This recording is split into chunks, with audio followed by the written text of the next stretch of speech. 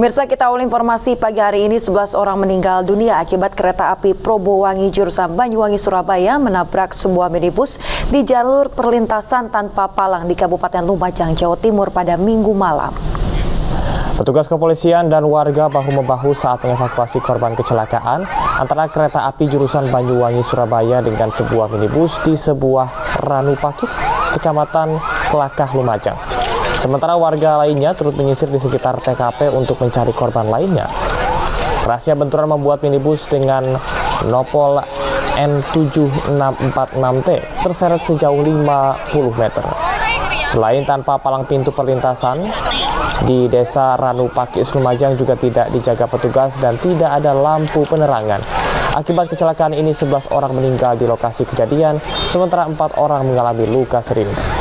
Seluruh korban dapat dievakuasi ke Rumah Sakit Dr. Haryoto Lumajang setelah petugas berupaya selama kurang lebih 1 jam. Jumlah total ya saya yang tadi 9, 11 sama 4. Yang 4 itu yang sudah dibawa dulu karena masih duduk. Total yang meninggal berapa ini, Mas? 11. 11 ya. 11 Iya. Nah, ini kereta dari arah mana, Pak? Dari arah timur. Dari arah timur. Iya. Kendaraan ini Dari arah selatan. dari arah selatan. Iya. Tanpa palang pintu, Pak, Bang ya. Tanpa Tidak ada penjaga juga. Pada sekitar pukul 20.00 tadi terjadi laka di perlintasan sebidang kereta api tanpa palang pintu antara mobil Elf dengan kereta api Probowangi jurusan Ketapang ke Surabaya Gebang, dan termonitor terupdate sampai saat ini 11 orang meninggal dunia dan 4 luka berat yang berada di puskesmas, dan yang meninggal dunia sudah kita bawa ke Rumah Sakit Umum Hartoyo di Kabupaten Lumajang. Saat ini kita sedang mensterilkan TKP dan untuk kereta api sedang berada. PT Kereta Api Indonesia menyesalkan atas insiden tabrakan maut antara kereta api Probowangi dengan minibus di Kabupaten Lumajang, Jawa Timur. Seluruh pihak diharapkan meningkatkan alat keamanan saat melintasi pintasan kereta api sebidang. Hal ini disampaikan oleh VP Public Relations PT KAI, Joni Martinus, berikut ini. Indonesia meminta seluruh pihak sesuai dengan kewenangannya agar lebih peduli dan semakin memberikan perhatian untuk meningkatkan sistem keselamatan di perlintasan sebidang. Kereta api memiliki jalur tersendiri dan tidak dapat berhenti secara mendadak. Seluruh pengguna jalan wajib mendahulukan perjalanan kereta api saat melalui perlintasan sebidang. Hal ini sesuai dengan Undang-Undang Nomor 23 Tahun 2007 tentang Perkeretaapian Pasal 124 dan Undang-Undang Nomor 22 Tahun 2009 tentang Lalu Lintas dan Angkutan Jalan Pasal 114. Pemirsa, korban tewas kecelakaan maut antara minibus dengan kereta api Probowangi di Lumajang dievakuasi ke kamar jenazah RSUD Dr. Haryoto dan telah teridentifikasi. 11 korban kecelakaan maut antara minibus dengan kereta api Probowangi di perlintasan tanpa palang di Lumajang ini telah berada di kamar jenazah RSUD Dr. Haryoto Lumajang. Jenazah korban kecelakaan telah teridentifikasi dan menunggu pihak keluarga untuk dipulangkan ke rumah duka. Hingga Senin dini hari sejumlah keluarga korban mulai berdatangan ke kamar jenazah RSUD Dr. Haryoto. Menurut kesaksian keluarga korban, rombongan minibus naas itu dalam perjalanan pulang dari acara reuni SMA di Banyuwangi, Jawa Timur.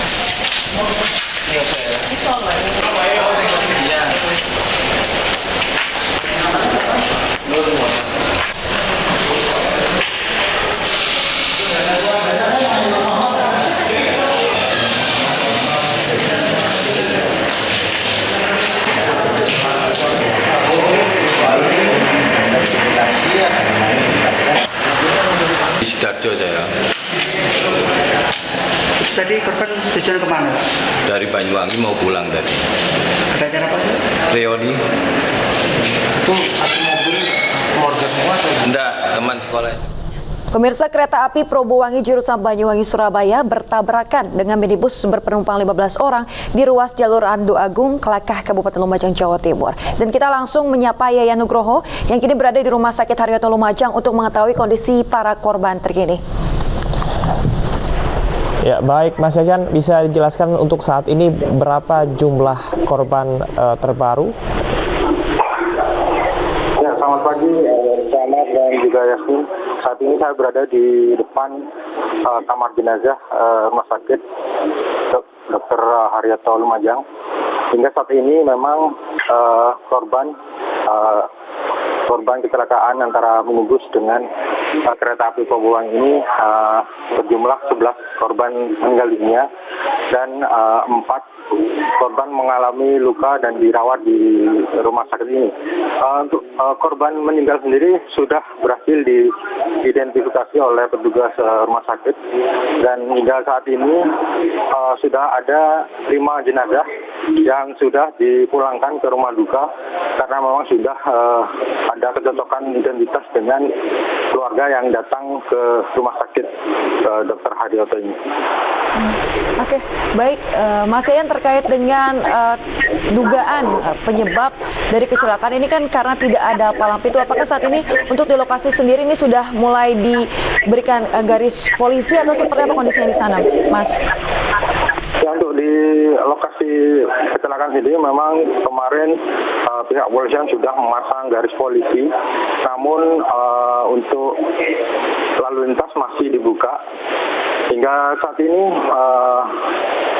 petugas juga masih belum memanggil pihak terkait tidak adanya palang di sana dan memang di perlintasan tanpa palang di lokasi kecelakaan tersebut selain tidak memiliki palang juga minim pencahayaan. Yasmin. Baik, Yayan, tadi ada 11 korban meninggal dan juga 4 luka-luka. Apakah dari pihak keluarga ini sudah mendatangi rumah sakit dan rencananya untuk korban meninggal kapan akan dimakamkan, Yayan? Ya, untuk korban meninggal di rumah sakit Dr. Haryoto ini sudah 5 jenazah yang sudah dipulangkan ke rumah duka dan tinggal menyisakan 6 jenazah yang masih menunggu pihak keluarga untuk mencocokkan identitas agar tidak tertukar jenazahnya. Baik, terima kasih banyak Yayan Nugroho melaporkan langsung dari Rumah Sakit Haryoto Lumajang, Jawa Timur. Selamat bertugas kembali, Yayan.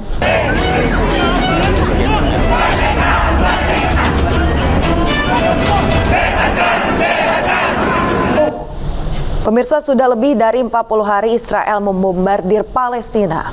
Ya, warga negara Indonesia yang juga relawan kemanusiaan di Gaza berhasil dievakuasi dengan selamat dan membagikan kisah mereka selama serangan masif Israel.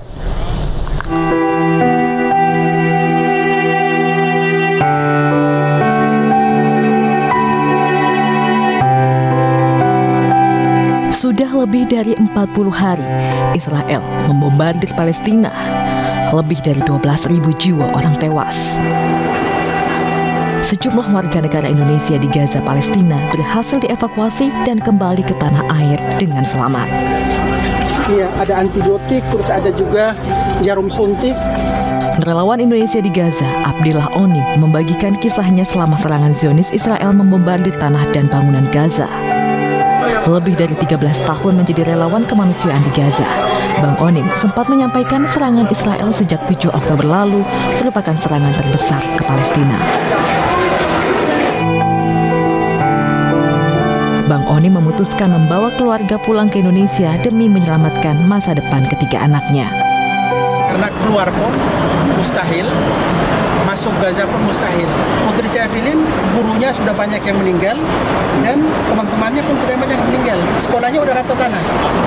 Makanya saya keluar untuk menyelamatkan masa depan anak-anak saya. Mungkin teman-teman bertanya bahwa Bang Onim ada tempat berlindung nggak sih? Mungkin Bang Onim bisa berlindung. Nggak ada.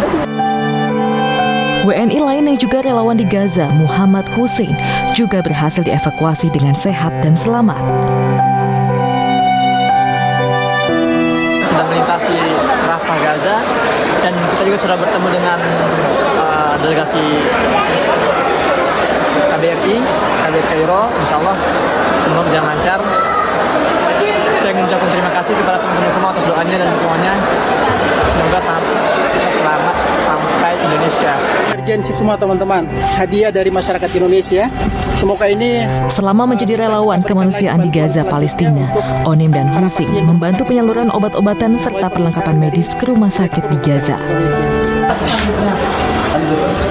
Selain obat-obatan, relawan WNI juga membantu menyiapkan makanan untuk warga Palestina di tengah gempuran rudal Israel.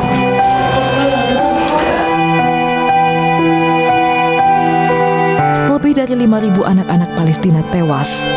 Juga lebih dari 3.000 perempuan menjadi korban kekejaman Israel.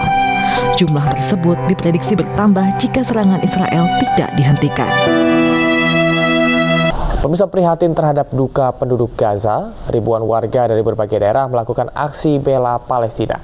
Jenis aksi beragam, mulai dari penggalangan dana, doa bersama, menyerukan aspirasi kepada pemerintah, hingga mengimbau masyarakat untuk memboikot produk Israel.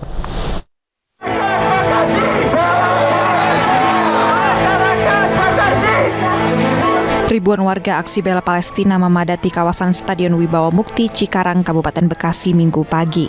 Dengan menggunakan atribut sebagai bentuk dukungan, massa mengecam serangan Zionis Israel ke jalur Gaza, termasuk dibombardirnya rumah sakit hingga menewaskan ribuan anak-anak Palestina. Massa juga menuntut pemerintah untuk lebih aktif mendesak dunia dan menekan Israel demi terhentinya agresi dan terwujudnya kemerdekaan Palestina. Selain itu, massa juga melakukan penggalangan dana guna membantu warga di jalur Gaza. Konflik di Gaza ini merupakan konflik kemanusiaan yang bukan merupakan konflik agama gitu. Korban jiwa sudah banyak, terutama anak-anak. Itu saja sih, sebenarnya dari hati nurani aja.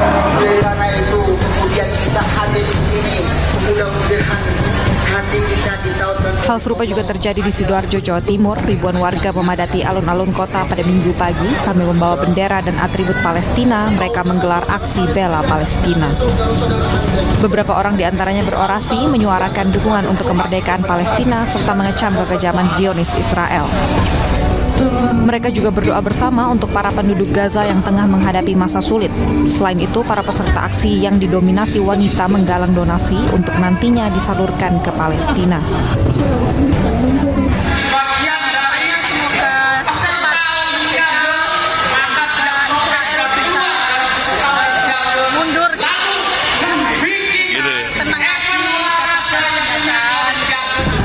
Hingga kini tercatat 12.300 orang tewas akibat serangan Zionis Israel di Gaza, Palestina.